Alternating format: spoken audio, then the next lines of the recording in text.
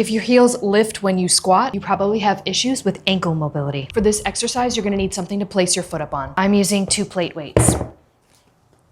Now grab a band, we're gonna anchor it somewhere low. Now you're gonna loop the band on top of your ankle joint. The combination of your foot elevated and the band on top of your ankle joint is gonna prevent your heel from lifting. Now in a half kneeling position, you're gonna push forward. You're gonna make sure that your knee tracks directly over your foot. Hold this position for 3 to 5 seconds, then come up. You're gonna do 2 sets of 8 to 10 reps per side. This move restores ankle dorsiflexion. It also makes crouching and stair descent smoother. For this next one, get into a half kneeling position. Make sure that your hips are square. You don't want to lean in or twist the torso in any way. Now you're going to come forward and drive your knee straight over your toe. You're going to hold this position and then you're going to actively try to push the ball of your foot into the ground, almost like you're trying to lift up your heel, but you're not going to allow it to raise. From this position, you're going to lift your toes and hold this for 5 seconds.